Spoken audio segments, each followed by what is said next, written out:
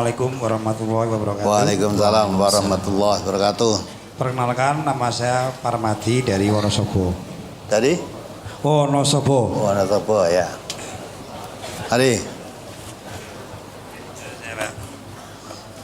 Sejak tahun 2010 saya kena penyakit gula, Pak. Ya. Gula saya sampai 550 sewaktu. Dan waktu itu ada teman saya yang mengajak ikut LMN. Dan LM itu produknya itu berupa produk kesehatan, Pak. Di antaranya ada Biodis dan Cipendan. Yang Biodis itu dialiri air terus airnya diminum, dan yang Cipendan seperti ini, Pak, pakai dipertiliontin dipakai. Menurut brosur dan keterangan dari untuk apa itu? Dipakai kalung gitu? Bukan liontinnya, Pak. Ya. Oh, liontinnya itu jadi menurut brosur dan keterangan dari perusahaan di Hongkong sana itu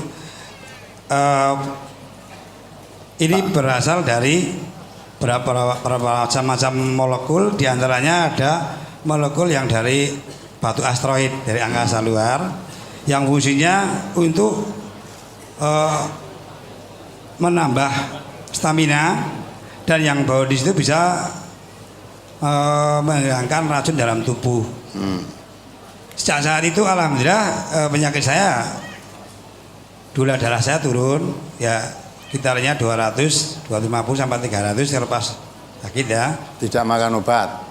Makan obat juga. Ya. Yang saya tanyakan, Pak, sekarang kan banyak sekali produk-produk dalam di TVRI, TV-TV swasta itu yang menawarkan produk kesehatan yang ada hubungannya dengan pembantu kesehatan, seperti ada kalung, ada gelang, ada sandal. Biasanya orang yang sakit itu kepingin sembuh sekali itu. Nah itu termasuk syirik apa bukan itu, Pak? Satu.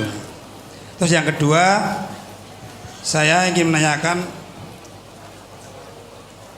masalah walimahan dan tasakuran itu sama atau tidak? Bedanya apa? Terus apa saja yang perlu dilakukan walimahan, umpamanya pas akikohan atau khitanan dan nikah, terus caranya bagaimana? Karena kalau yang dulu ajaran yang ormas yang dulu itu kan seperti itulah. Yang betul bagaimana tuntunannya begitu, Pak. Apa itu tentang akikohan tadi? Ya, masalah itu loh, walimahan.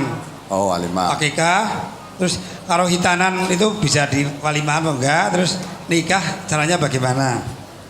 Terus ini ada titipan dari Pak Joko Karanganyar. Ini permohonan kepada Bapak Ustadz agar rekaman dari Marzuki jangan diulang-ulang karena bikin panas omongannya, Pak Hasan. Soalnya kalau ada orang yang mendengar pas hanya sepotong di radio, saya sendiri juga begitu, Pak. Dulu waktu dengar di radio kan ada seperti itu, yang Pak Sugino mengalahkan anjing, terus apa itu yang racun itu. Bahkan waktu saya kenal dengan MT aja saya tanya Pak Suwito itu, Pak, betul enggak, Pak, kalau Pak Sugino itu mengalahkan anjing, dan betul enggak kalau Quran itu racun itu? Karena saya hanya dengan sepotong itu doang, Pak. Karena waktu saya dengar di radio di mobil, Pak, itu enggak berarti, Pak. Dan ini ada yang mau nyambung dari Porjo, teman saya, Pak.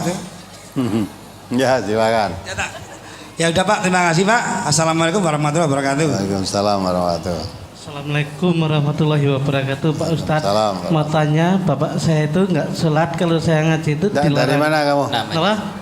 Dari Purworejo, namanya Mas Supriyanto dari Purworejo. Belum ikut ngaji di sana? Udah di Pangen. Oh, tangan, Iya. tangan juru Mau tangan. tanya, Pak Ustadz, Ya. Bapak saya itu tidak sholat kalau saya ngaji itu dilarang, nanti kalau ngaji jauh-jauh nanti dibawakan bom, katanya Bapak saya. Bawakan apa? Bom, kata Bapak saya. Di mana saya menyikapi Bapak saya, Pak Ustadz, mohon nasihatnya. Terima kasih Pak Ustadz. Assalamualaikum warahmatullahi wabarakatuh. Waalaikumsalam warahmatullahi wabarakatuh. Ya, pertama dari Bapak Parmadi tadi, Wonosobo. Jadi untuk kesehatan, mempercayai bahwa itu tadi memang ada kan kalung yang putih-putih itu seperti apa itu, katanya pakai gelang, pakai kalung itu nanti keterangannya katanya bisa menyedot racun-racun yang ada di tubuh sehingga menjadi sehat. Lah kalau itu memang betul-betul diselidiki, ada penyelidikan berdasarkan kesehatan seperti itu, saya rasa di rumah sakit itu mesti disediakan obat itu. Ya, dokter-dokter itu menyediakan obat itu, wes kan ini racun-racun disedot semua, jadi yang sakit-sakit itu semacam diobati dengan itu. Tapi kenapa yang ampuhnya seperti itu kok tidak ada rumah sakit satupun yang mengobati cara itu? Tidak ada yang mengobati cara itu, termasuk rumah sakit yang terkenal sekalipun lah, tidak ada yang mengobati gitu. Nah itu mau pinter sing. Nah, rekayasa itu mulanya adanya di Hongkong sana. Nek Arab kamu menyatakan penyelidikan harus ke Hongkong, ngendi gone ya ora ngerti, gitu. Nah, kalau saya tidak percaya sama sekali, ya. Nah kebetulan saya tadi Bapak telah pakai ini gulanya turun, tapi makan obat enggak? Nah, sebetulnya karena makan obat dan pakai kalung itu lebih yakin yang menurunkan gula seolah kalungnya itu. Coba sekarang berhenti pakai kalung itu tidak makan obat, ya obatnya dibebaskan, nanti turun apa naik? Nah, atau sekarang dilepas itu makan obat petunjuk dokter yang rutin nuruti petunjuk dokter. Nah, nanti gimana? Lah nanti bisa mengerti, oh ternyata yang menurunkan gula bukan kalungnya itu tapi obatnya gitu. Kamu tidak percaya sama sekali, tertipu tuh, dan harganya mahal. Harganya mahal apa ya? Nah iya. Berapa? Ya? 7 juta. Lah ya. Tertipu. Ya seperti itu. Orang punya jaket apa itu rompi lembu sekilan. Itu keterangan yang memberi itu kalau ditembak, dipedang, ditusuk kurang sekilan terus, maka namanya aji lembu sekilan. Bentuknya rompi. Saya tanya katanya harganya ya 7 juta. 7 juta harganya. Nah, dilalah orang yang pakai itu kok ya enggak pernah ditembak, enggak pernah ya digelati uang, enggak pernah dipeso, enggak pernah dilempar. Ya, seolah-olah selamatnya karena itu. Nah, padahal orang yang tidak memakai itu ya banyak yang tidak apa-apa. Nah, itulah. Jadi itu karena pandainya orang yang membuat supaya dagangannya laku ya semacam itu. Maka kalau kita tidak perlu percaya macam ini.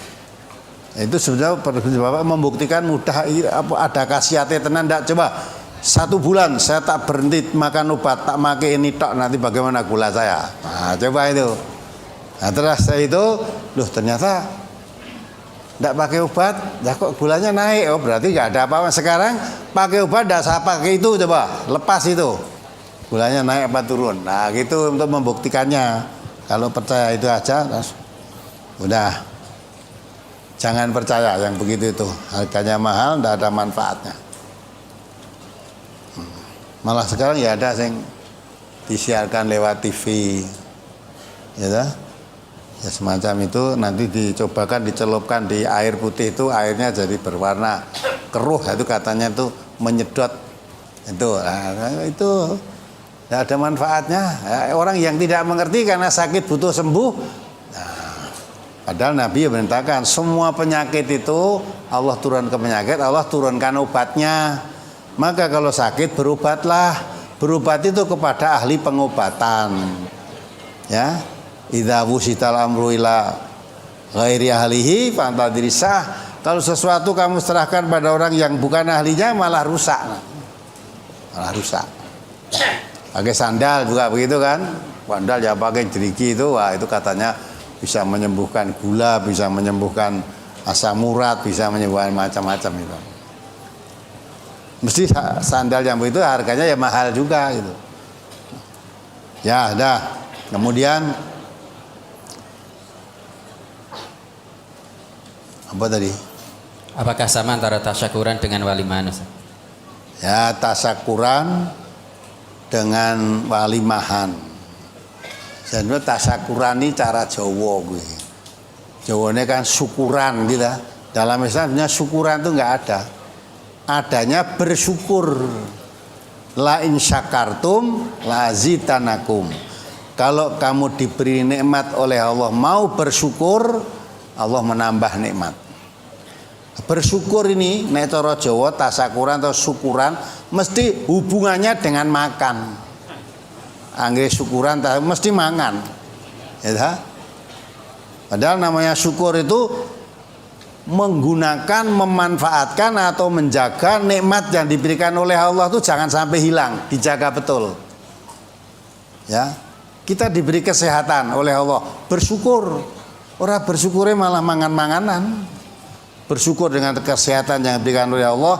Sehat saya akan saya gunakan untuk hal-hal yang bermanfaat. Maka Nabi juga mengatakan gunakan kesehatanmu sebelum datang sakit. Sebab kalau kamu nanti sakit tidak bisa berbuat seperti ketika sehat. Maka mumpung sehat saya akan aktif, ya, berdakwah, bertablik, mencari ilmu, ngaji, hasilnya tebar luaskan. Nah, kita akan beramal, berbuat sesuai dengan yang berikan Allah kemampuan pada saya. Diberi harta kita bersyukur. Belanjakan hartamu di jalan Allah. Jangan membelanjakan harta yang arahnya kepada pemborosan. Innal mubadzirina kanu ikhwana syayatin.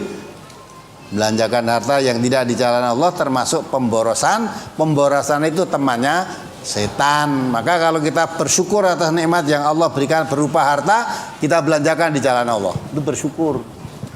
Bersyukur kita diberi, dikaruniai anak, dididik anak itu sebaik-baiknya, dijaga Islamnya. Modal yang diberikan oleh Allah Islam sejak lahir itu dijaga, jangan sampai jadi Yahudi, jangan sampai jadi Nasrani, jangan sampai jadi Majusi, jangan sampai jadi Gali, pokoknya yang merusak fitrah Islam. Itu namanya bersyukur. Ya kok bersyukur bener oleh Allah, syukuran. Tanggone diundang jak mangan wis kuwi tok. Terus kegunaan belanja hartanya digunakan hal yang tidak bermanfaat. Nah, itu jadi syukuran itu, ya, tasyakur itu umumnya nek Jawa syukuran mesti hubungannya karo mangan. Ya, padahal syukur itu menjaga nikmat yang Allah berikan pada kita jangan hilang. Bab nikmat itu Allah tidak akan mencabut kecuali dihilangkan oleh hamba itu sendiri. Coba dibaca surat Al-Anfal 53. Allah kalau memberikan nikmat kepada suatu kaum, nikmat itu tidak akan dicabut lagi oleh Allah. Tapi karena kamu tidak bersyukur, hilang nikmat itu. Surat Al-Anfal, surat ke-8 ayat 53. Dzalika bi annallaha lam yakum mughayyiran ni'matan an'amaha 'ala qaumin hatta yughayyiru ma bi anfusihim. Wa annallaha sami'un alim. Yang demikian itu karena sesungguhnya Allah tidak akan mengubah suatu nikmat yang telah diberikannya kepada suatu kaum hingga kaum itu mengubah apa yang ada pada diri mereka sendiri. Sungguh Allah Maha mendengar lagi Maha mengetahui. Ya, ada notnya di situ. Allah tidak akan mencabut nikmat yang telah dilimpahkannya kepada suatu kaum selama kaum itu tetap taat dan bersyukur kepada Allah. Ya, ya dah. Selama taat dan bersyukur. Bersyukur artinya menjaga nikmat itu. Sudah diberikan oleh Allah, nikmat itu tidak akan dicabut. Kalau nikmat itu hilang, ganti azab karena memang tidak disyukuri.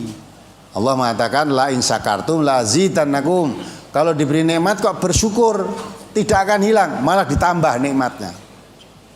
Wala in kafartum, tapi kalau diberi nikmat kok kamu kufur, tidak bersyukur, inna adzabi lasyadid. Datang, kalau diberi nikmat tidak bersyukur, azab Allah itu sangat pedih. Maka nikmat dijaga, jangan sampai hilang, apalagi jangan sampai berubah menjadi azab. Itulah maksudnya. Kemudian walimahan.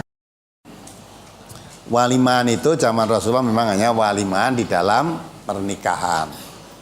Karena penting, pernikahan itu dua jenis manusia yang serba haram.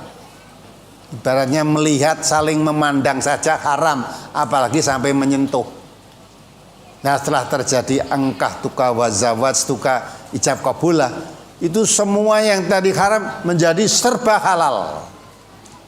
Nah, maka dari sesuatu yang serba haram menjadi serba halal, jangan diam-diam, supaya berame-rame walaupun sekedar memukul gendang. Maksudnya supaya diumumkan. Maka diundangi tetangga-tetangganya. Ajak makan, acara apa ini? Ya, walimahan. Ya. Ini anak saya dengan menantu saya yang dulunya apapun haram sekarang menjadi halal.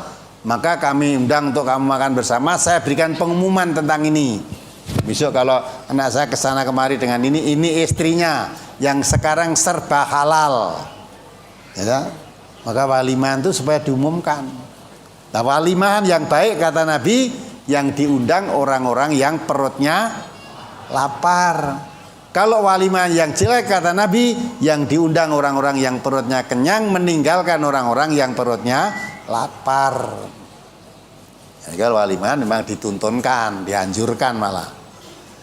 Kalau walimahan khitan tidak pernah ada.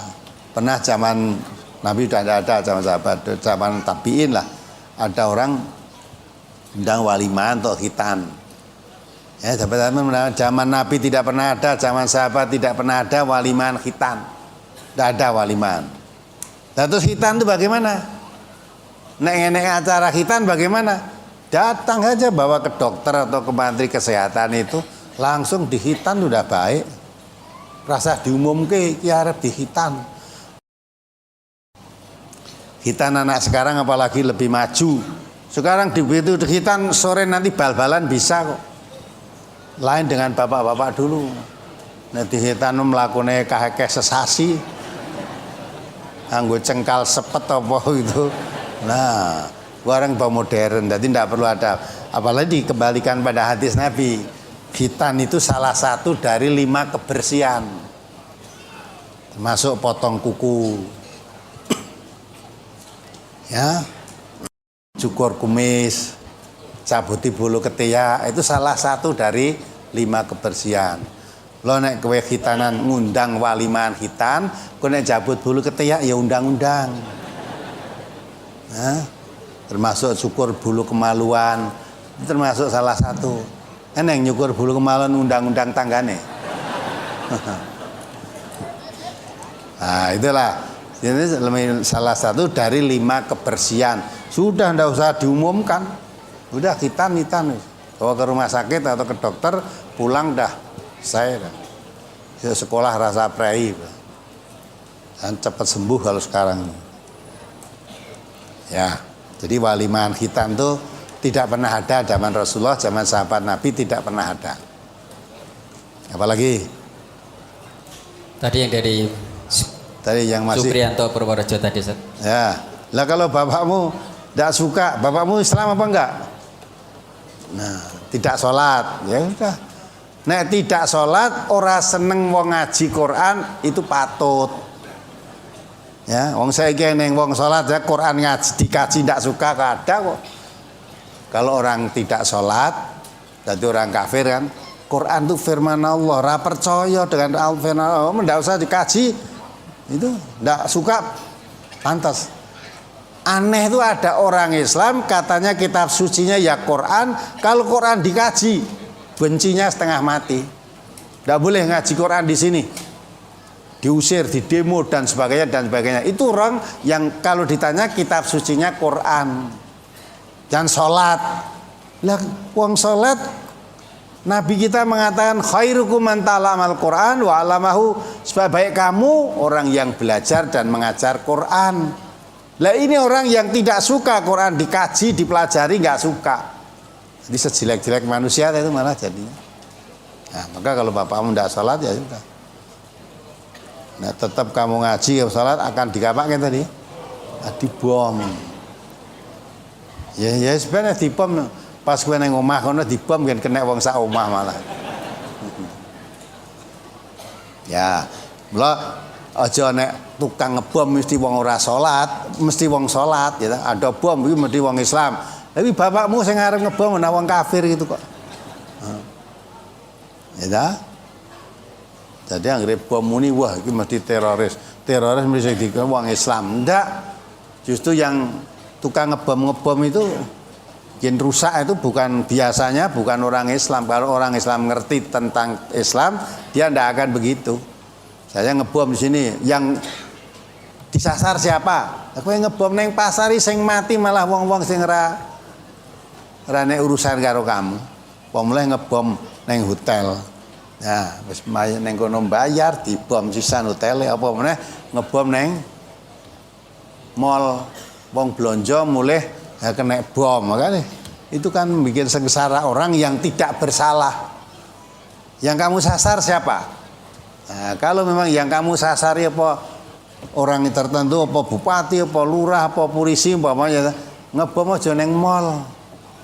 Ya. Ngorene nang omahe Pak Lurah sedake bom neng kono wis gitu. Nah sing dituju Pak Lurah, sing dituju Pak Bupati yang omahe bupatine kono. Nah, itu maka kadang-kala kurang berpikir panjang. Bom itu akhirnya menyengsarakan orang yang tidak bersalah. Tidak betul, nggak ada betulnya sama sekali.